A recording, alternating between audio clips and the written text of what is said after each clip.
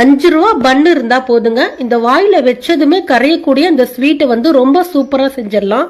5 ரூபா பன்னு வச்சு செஞ்சோம்னு சொன்னா யாருமே நம்ப மாட்டாங்க. ரொம்ப காஸ்ட்லியான ஸ்வீட் போல ரொம்ப சூப்பரா இருக்கும். நம்ம பேஜை ஃபாலோ பண்ணி ஒரு லைக் பண்ணிக்கோங்கப்பா. இப்போ ஒரு மிக்சி ஜாரில் 5 ரூபா பண்ணை வந்து இது போல் மேல் தோலை எடுத்துட்டு இது போல் கட் பண்ணி சேர்த்துக்கிறேன்.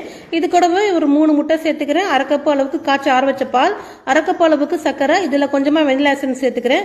வெண்ணிலா எசன்ஸ் இல்லாட்டினா ஏலக்காய் சேர்த்துக்கலாம். நல்லா அரைச்சி எடுத்துட்டு வந்துட்டு இப்போ சுகர் கேரமல் பண்ணுறதுக்கு ஒரு 4 டேபிள் ஸ்பூன் சர்க்கரையில் 1 ஸ்பூன் அளவுக்கு